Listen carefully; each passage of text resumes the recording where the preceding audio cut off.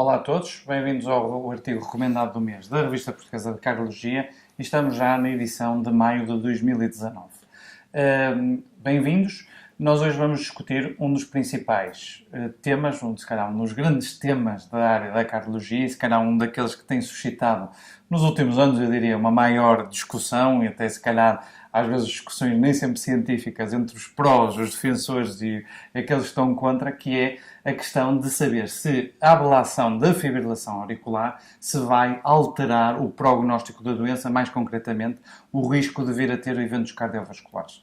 Muito recentemente foi publicado um grande ensaio clínico que todos aguardávamos há muito tempo, que foi o ensaio clínico Cabana, e para nos ajudarmos a perceber o que é que foi este ensaio clínico Cabana e as implicações deste ensaio na nossa prática clínica, é para mim um grande prazer que dou as boas-vindas ao Dr. Diogo Cavaco, que, como sabem, é um famoso cardiologista e eletrofisiologista em Portugal e que nos vai aqui um bocadinho então ajudar a perceber o que é que foi o Cabana.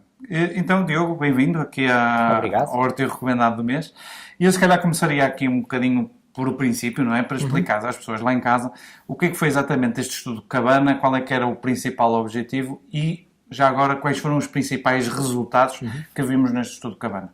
O objetivo do estudo Cabana é aparentemente muito simples e é tentar perceber se a ablação por catéter da fibrilação auricular é mais eficaz do que a terapêutica médica convencional no tratamento da fibrilação auricular. O objetivo é ultra simples, é este. A forma como depois o estudo foi desenhado também parecia simples, é um estudo aleatorizado, multicêntrico, envolveu cerca de 126 centros em 10 ou 11 países, e é o maior estudo de ablação de catéter de fibrilação auricular aleatorizado publicado até agora. Centros com grande experiência também. Eram centros todos de grande volume de ablação de fibrilação auricular, e envolveu foram aleatorizados 2.200 e qualquer coisa doentes, mais ou menos 1.100 para cada grupo, para o grupo da ablação e para o grupo da terapêutica antiarrítmica convencional, que podia ser terapêutica para controle da resposta ventricular ou terapêutica de controle do ritmo. Os doentes eram uma população clássica de doentes submetidos à ablação, candidatos à ablação de fibrilação auricular, uma idade média mais ou menos ali de 65 anos, eram doentes obrigatoriamente com fibrilação auricular sintomática e nos últimos meses com pelo menos 2 crises de fibrilação auricular paroxística ou então fibrilação auricular persistente sintomática. Portanto, uma população clássica de doentes que habitualmente referenciamos para a ablação de fibrilação auricular. E qual foi assim, o principal resultado, digamos assim? O resumo, digamos assim. O resumo é um bocadinho difícil de fazer por algo que vamos falar a seguir, que foi o que é que podia ter corrido um bocadinho melhor neste estudo com um desenho que parece tão simples na realidade. Se olharmos para os dois grupos e se olharmos para a intenção de tratar, o intention to treat, o que é que aconteceu aos dois grupos? Não houve diferenças significativas. Do ponto de vista de mortalidade de um endpoint composto de mortalidade AVC, hemorragia grave, não houve diferença entre os dois grupos. Aparentemente, de uma forma muito simplista, quando olhamos, este é o resultado do estudo. Se formos olhar, no entanto, para mortalidade e internamentos hospitalares, então aqui já há diferenças a favor da ablação por catéter e, portanto, sobretudo devido ao peso do número de internamentos hospitalares, que é mais baixo nos doentes que fazem ablação por catéter. E se formos olhar também para aquilo que, de facto, a ablação de fibrilação auricular trata, que é a arritmia em si, a fibrilação auricular, os doentes submetidos à ablação por catéter de fibrilação auricular têm menos carga de fibrilação auricular no seguimento do que os doentes da terapêutica médica. Então, pegando aí um bocadinho das tuas palavras, uma das coisas que tu falaste é que, sendo um desenho simples, depois no mundo real isto não foi assim tão simples e, de facto, houve aqui várias coisas que podiam ter corrido melhor, não é? O que é que tu achas que correu menos bem e o que é que confunde também aqui um bocadinho estas análises? O que confunde um bocadinho estas análises é que houve, de facto, várias coisas que podiam ter corrido melhor. Em primeiro lugar, o tempo para a inclusão dos doentes foi muito, muito longo. 4 anos, não é? 4 anos, quase um bocadinho mais, 4 anos até, foi difícil incluir doentes para este estudo e é relativamente fácil perceber porquê.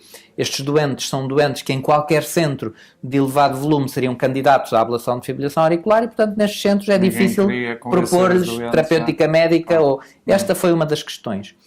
Outra das questões foi que, na realidade, o número de eventos no seguimento foi mais baixo do que o esperado. Estamos na era dos novos anticoagulantes orais, de muitos doentes com taxas de anticoagulação oral maior do que era prevista anteriormente, do que acontecia anteriormente, e, portanto, por exemplo, o número de AVCs no seguimento foi muito mais baixo do que o esperado para qualquer um dos grupos. E depois, o que foi mais falado neste estudo é a questão dos crossovers.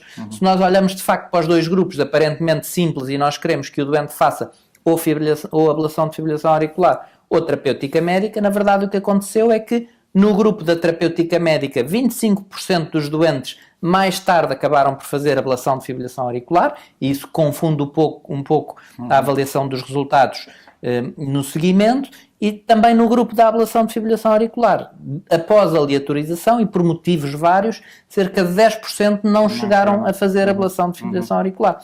E se nós olharmos para a forma como os doentes foram verdadeiramente tratados, com todo o viés que isso pode trazer ao estudo, na realidade os resultados são diferentes. Há uma diminuição significativa na mortalidade nos doentes que fizeram ablação por catéter de fibrilação auricular.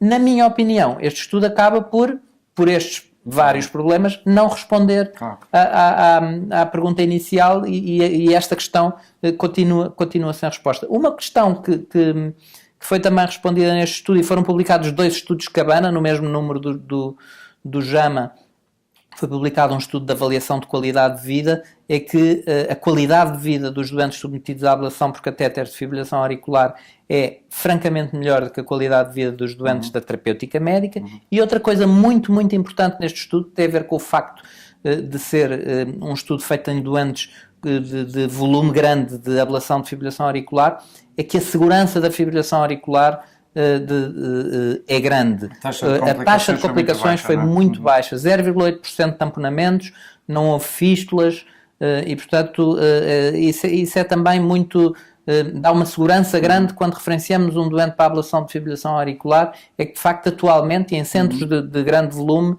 a taxa de complicações é baixa. Então 2 perguntas agora rápidas para terminar. Pegando aqui nas tuas palavras, tu falaste da questão da qualidade de vida, não é? E uma das críticas grandes que é feita, não é em relação à parte da qualidade de vida, é se não estaremos aqui a viver um bocadinho aquilo que aconteceu, por exemplo, no estudo Órbita, na revascularização da doença estável. Ou seja, se nós, para termos dados melhores da qualidade de vida, que essa é uma coisa que pode ser um bocadinho subjetiva em alguns doentes, se não devíamos comparar a ablação com um procedimento de chama, ou seja, simular que tudo igual, exceto fazer ou não a ablação. Tu achas que isto é mesmo importante para a prática clínica? Achas que isto é fundamental? Haver um ensaio de chame? Tipo chame na FFM. Acho que aqui, ao contrário do Órbita, que o tempo de seguimento era muito curto, nós temos aqui tempos de seguimento muito, muito longos. Um follow-up de mais de 2 anos, e eu acho que o efeito placebo, o eventual efeito placebo do grupo de tratamento acabaria por se perder num tempo de seguimento tão longo. E temos muito mais evidência neste momento também de outros ensaios clínicos que na realidade este é o efeito da ablação de fibrilação auricular. Portanto, eu acho pouco justificável, sendo também que há quem diga que é pouco... Há quem diga que é obrigatório, não é? E há quem diga que é obrigatório e há quem diga que é pouco ético. Enfim, é a tal luta entre... Última pergunta, só mesmo para terminar. Achas que isto vem alterar alguma coisa na nossa prática clínica, o Cabana? Eu acho que vem reforçar as indicações para ablação de fibrilação auricular. Quando nós olhamos para as últimas recomendações da Sociedade Europeia de Cardiologia, temos várias coisas a considerar quando tratamos um doente com fibrilação auricular. E a ablação não é a primeira, sequer.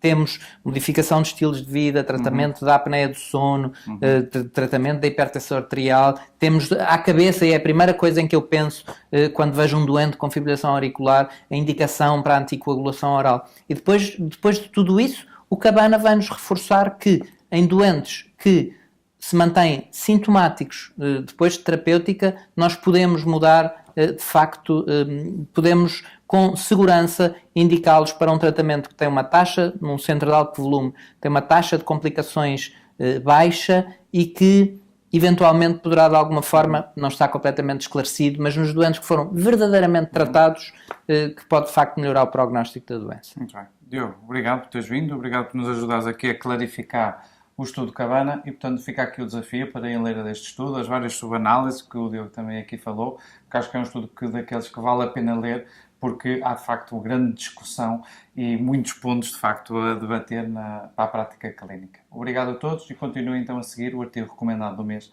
da Revista Portuguesa de Cardiologia.